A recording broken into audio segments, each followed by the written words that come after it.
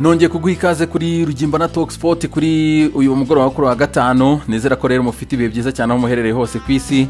Akaba kuri Lionel Messi mu by'ukuri abantu benshi bakibaza byinshi kuri Lionel Messi, bigeze hehe, bimeze bite, ariko kuri ngo amakuru agezweho nuko ikipe ya Paris Saint-Germain mu kanya gato cyane yagerageje gubaza papa wa Messi nimba koko hari possibility yuko basinyisha Lionel Messi, ariko papa wa Messi abwira Leonardo directeur w'imikino mu ikipe ya Paris Saint-Germain yuko Messi atifuza kujya mu yindi club itari Manchester City. Akaba ariho nkuru zigezweho muri aka kanya.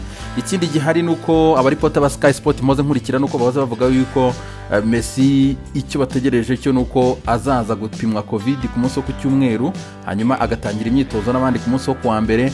Hanyuma igihari gusa kiri kuvugwa nuko Man City yagerageje kamugura. Ikindi kibazo gihari kirimo ni clause ya $700,000 nta muntu wabasha kuyishyura. Ikindi kandi Messi we akaba afite icyizere yuko yasohoka mu ikipe ya Barcelona ku buntu. Barcelona ikayifuza kumugurisha. Messi akaravuga ati muramutse munangurishije mwakicira mu kadiskita ku giciro gihari kuri Valeri hari ku isoko notira clause. Akaba rero ari aho bihagaze aka kanya. Hanyuma hari n'amakuru yari yazamutse yuko Manchester City yifuje kuba yakora swap ifashe Gabriel Jesus, Eric Garcia ndetse na Bernardo Silva, ariko ayo makuru ava muri Manchester City agezweho muri aka kanya akaba avuga ko nta bihari ibyo byo gutanga abakinnyi byo nta nibirimo. Ni rumazi nyinshi ziri kugenda zivugwa, rero buri muntu wese ntago wabona icyo ufata ngicyo reka, ariko icyo tuzi cyo nuko ku cyumweru Messi agomba kuba yagarutse mu ikipe ya FC Barcelona. Ikindi ni Jurgen Klopp mu kanya gato cyane umaze kumuvuga mu kiganiro nyuma ategura match Arsenal afite ku munsi w'ejo kuri Commercial, akavuze ati aramutse agiye mu ikipe ya Manchester City azayifasha ati kandi azanatuma noneho ikomera kurushaho no kwitsinda bizagorana. Hanyuma aravuga ati bizana byiza cyane kuri Premier League, ariko anobama akantu gato yaravuga ati ariko ntago ndishuba nimba Premier League koko ikeneye iyo boost ya Messi kuzamo. Bamubajije kuba yamugura yavuze ati buri kipe yose yakifuza kumugura, atariko twebwe nta mahirwe na makiya cyane dufite kandi biragaragara.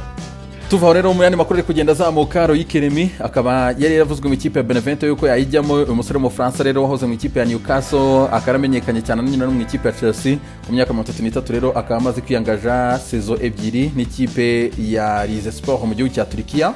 Hanyuma ko makuru yiri wavuga nuko Thiago Silva yamaze kwiyangaje n'ikipe ya Chelsea umwaka umwe kugeza 2021 harimo na option yo kuba mwongera undi mwaka.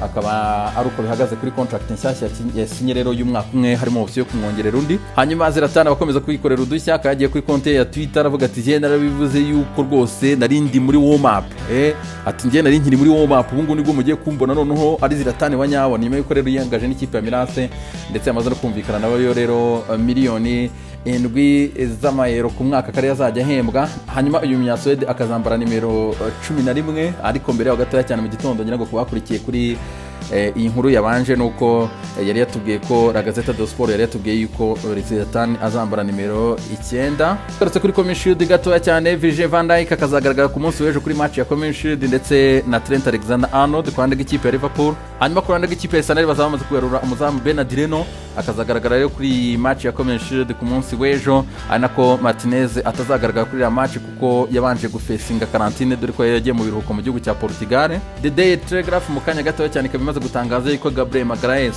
umusore w'ikipe ya Arsenal ngo yasinye ikipe ya Arsenal kubera influence z'abafana ba Arsenal kuri social media, ngo nibo bamuhesheje kabisa urukundo rwo gukunda ikipe ya Arsenal no kuyisingira.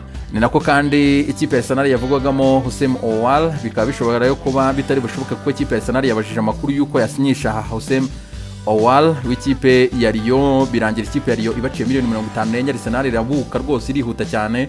Uyu musore kandi tukimuvuga umunyarigeria mutoya cyane w'ikipe ya Olympique Lyonnais, akaba rero ikipe y'igihugu ya France bamaze kumupima basangamo COVID-19. Ubwo rero ikipe ya Didier Deschamps igomba guhita ishaka umusimbura vuba. Muyandi makuru ari kuvuga mu ikipe ya Arsenal nuko Alexander Lacazette ashobora kujya mu ikipe ya Atletico Madrid. Arsenal iri gusaba Imana ngo ibi bintu bishoboke. Atletico Madrid ishobora gutakaza Diego Costa akajya mu ikipe ya Tottenham Hotspur, ikaza muri Arsenal gushaka Alexander Lacazette. Arsenal ntirekerereje kuko yahita isaba swap na Thomas Partey. Idiri rero iyi Arsenal yayumva neza cyane rwose, Lacazette na Thomas Partey gukora swap aho ngaho Arsenal irabyumva, ariko Atletico Madrid yo ngiyifuza kuhita ibabwira ati mutoranye hagati ya Thomas Lamar ndetse na Vitolo. Iyi nafere yo gukurikirana cyane. Ikipe ya Chelsea rero ibiganiro birakomeje hagati yayo n'ikipe ya Leverkusen mu gushaka Kai Havertz kurungu ikipe ya Leverkusen iki cyumweru kirangiye still ikiri gusaba miliyoni 100 z'amayero. mu gihe Manchester United yamaze kwinjira mu kwishakira umusore Sergio Reguilon nyuma y'uko rero ikipe ya Chelsea isa nkaho yabivuyemo, Real Madrid ikaba iri guca hagati ya miliyoni 20 na 25 z'amayero ikipe ya Man United ishaka kwinjira muri iyi deal. Nako kandi Man United, Arsenal, Tottenham Hotspur, Crystal Palace, Southampton, Celtic zose zikaba zigushaka uyu mwataka Luuk de Jong w'ikipe ya Sevilla. Nako kandi Aaron Moy wakinaga ikipe ya Brighton Hove Albion amaze kwiyangaja n'ikipe ya Shanghai CIPG yo mu gihugu cy'Ubushinwa. Ikipe ya Juve nyuma y'uko yumvishije ko Ronald Koeman adafite muri gahunda ze Luis Suarez muri ikipe ya FC Barcelona, akaba ikipe ya Juve rero yateye kuri Suarez. Abahagarariye Suarez bakaba baciye ikipe ya Juve miliyoni 22,400 by'amapaundi ku mwaka. Juve igasabwa kumusinyisha igihe cy'imyaka 5. Muri Manchester City nta kindi kiri kuvuga buretse Messi, akaba abasore ikipe ya Manchester City bahawe nimero nshyashya, abasore baje bashya, akaba Ferran Torres yahawe nimero ya David Silva nimero 21, mu gihe Nathan Ake akaba yamaze guhabwa nimero 6 mu mugongo.